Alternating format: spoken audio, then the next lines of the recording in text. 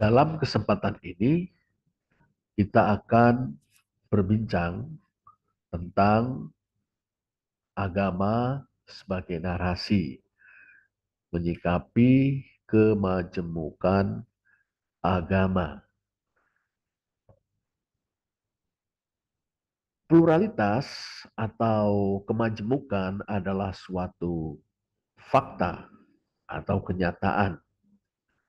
Kita hidup di dalam masyarakat Indonesia yang majemuk. Kita berjumpa dengan kebinekaan atau kepusparagaman. Kita mendapati bahwa yang beda dengan kita banyak, beragam, termasuk agama. Ada Islam, Hindu, Buddha, dan Konghucu.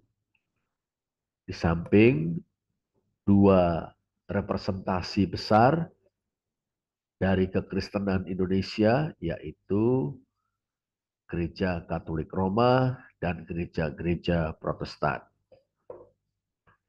Demikian juga ada kepercayaan-kepercayaan religius yang tidak atau belum diberi status agama oleh negara. Bicara tentang agama, para penganut serius masing-masing agama memiliki keyakinan yang mendalam tentang kebenaran agamanya. Keyakinan itu di satu sisi membuat seseorang tetap tinggal di dalam agamanya. Dan di sisi lain mendorongnya untuk mengamalkan agamanya. Mengalami sendiri agama yang dianut memberinya makna yang asasi atau ultimat atas eksistensi atau keberadaannya sebagai manusia. Orang pun memiliki loyalitas tertentu terhadap agamanya. Demikianlah kita jumpai ada banyak orang Kristen yang loyal, sebagaimana halnya Muslim, Hindu, Buddhis, Konfusian yang loyal, dan lain sebagainya.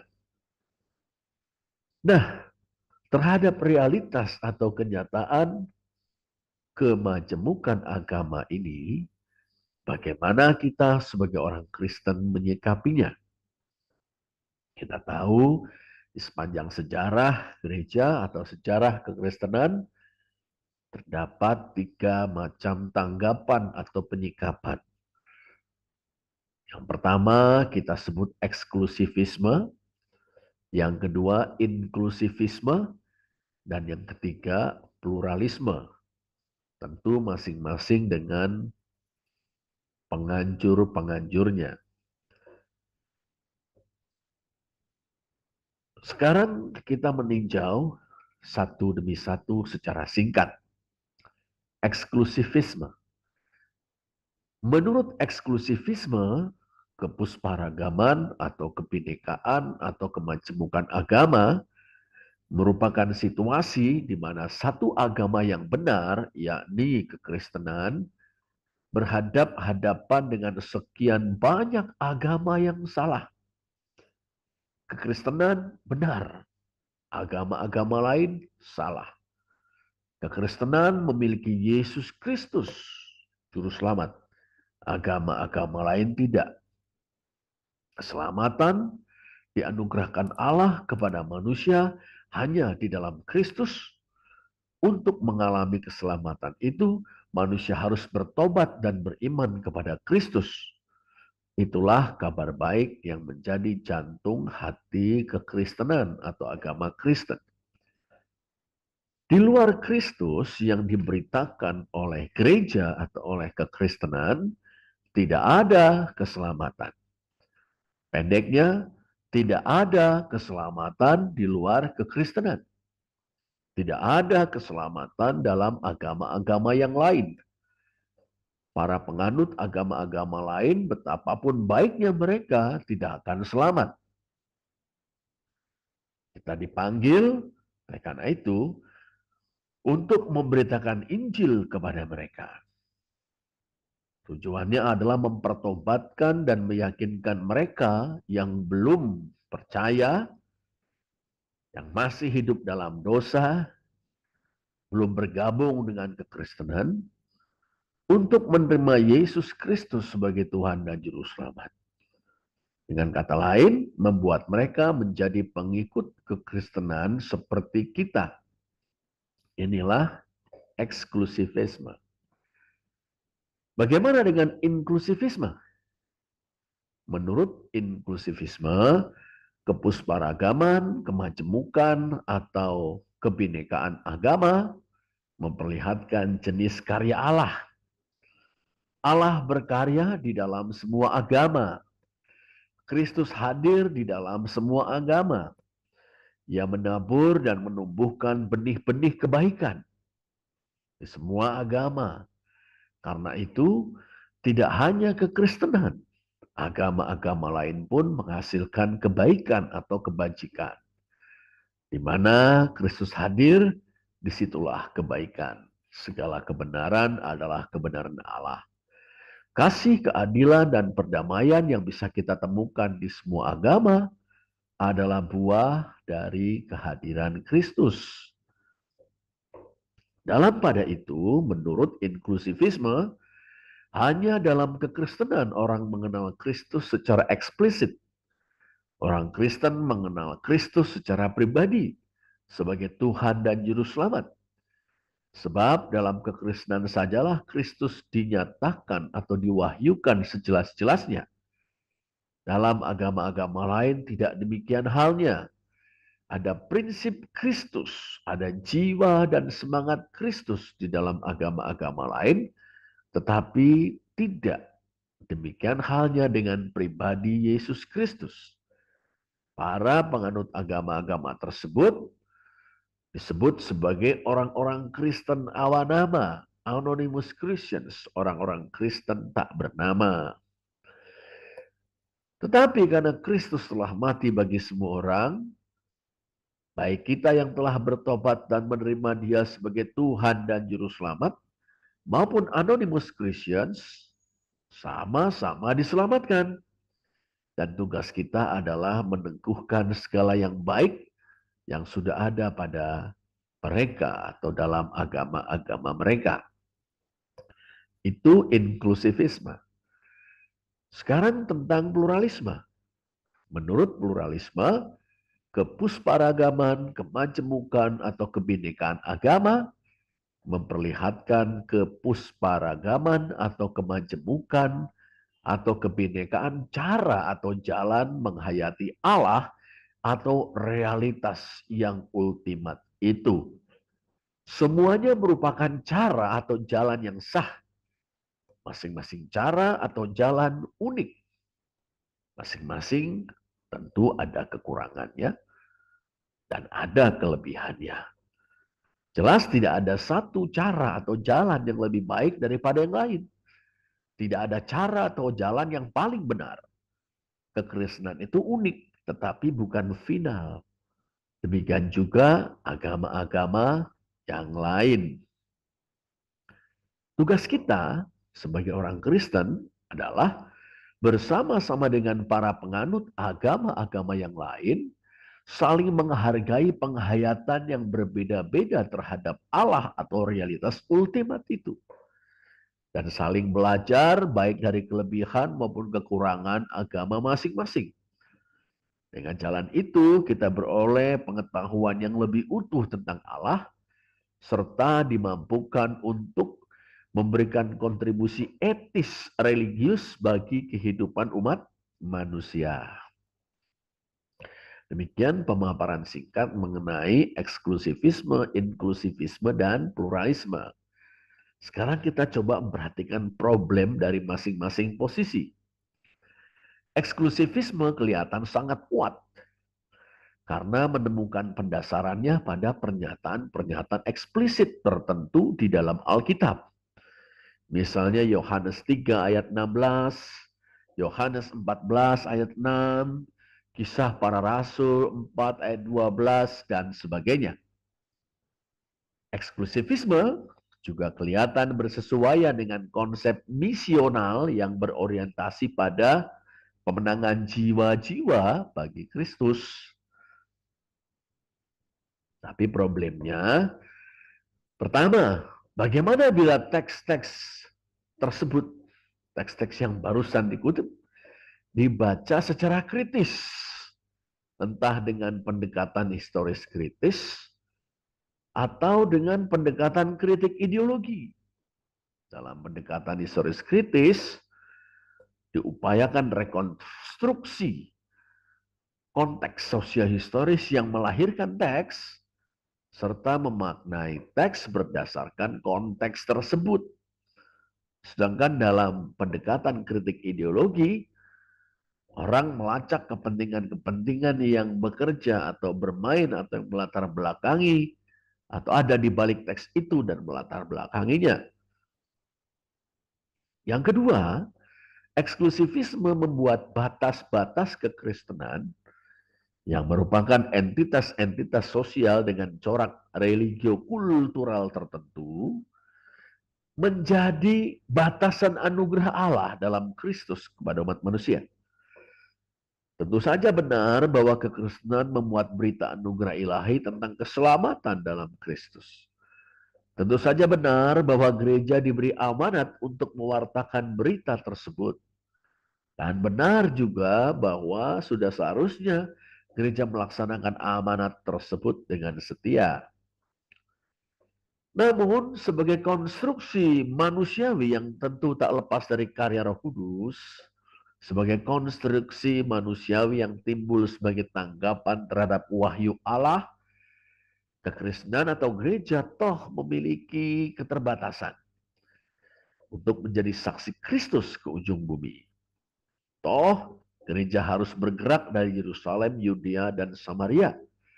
Sementara gereja bergerak, apakah umat manusia sama sekali terasing dari anugerah Allah? Itu pertanyaannya. Kekristenan di pihak lain atau gereja pun tak jarang meninggalkan jejak-jejak yang suram bahkan berdarah.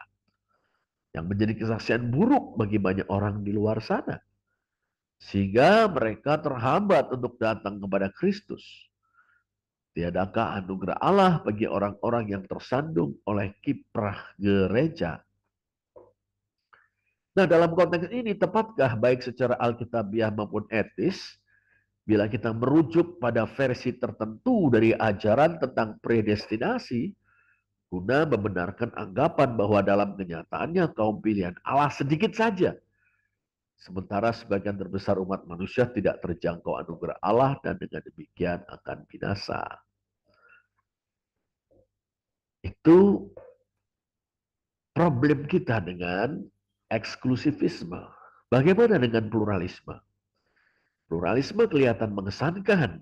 Pluralisme melampaui teks-teks yang terkondisi secara sosio-historis dan memaknai masing-masing agama, memuat wawasan-wawasan religius kultural dalam upaya mengenali Allah atau realitas ultimat. Demikian juga ajakan pluralisme agar para penganut agama-agama yang berbeda menjadi rendah hati, saling mengakui, saling menghargai, saling belajar, dan bekerja sama untuk memberikan sumbangan etis religius kepada umat manusia.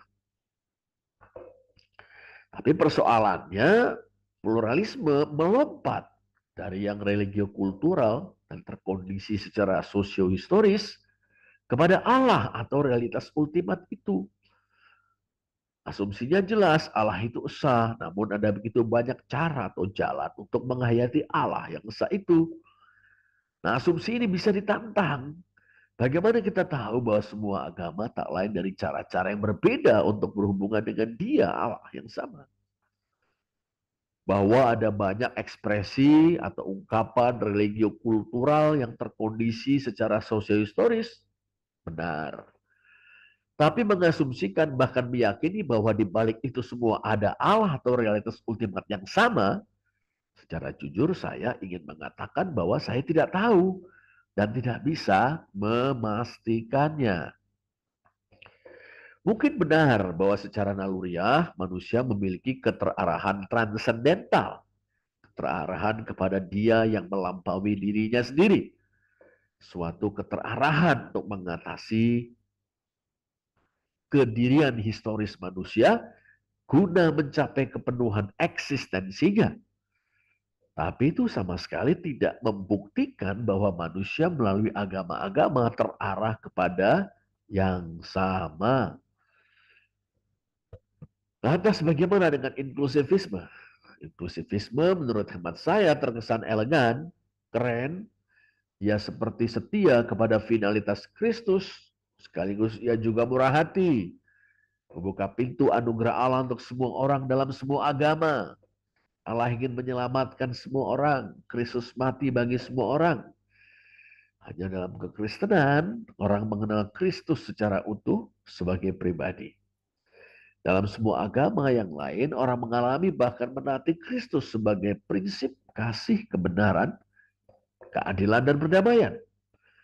Mereka adalah orang-orang Kristen awanama, orang-orang Kristen tak bernama, baik yang Kristen maupun Kristen awanama atau anonymous Christians.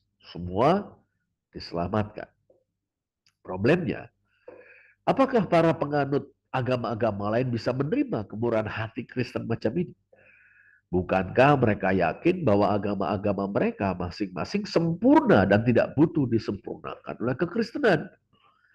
Muslim adalah Muslim, bukan Kristen awanama dalam agama Islam. Hindu adalah Hindu, bukan Kristen awanama di dalam agama Hindu. Buddhis adalah Buddhis, bukan Kristen awanama dalam agama Buddha.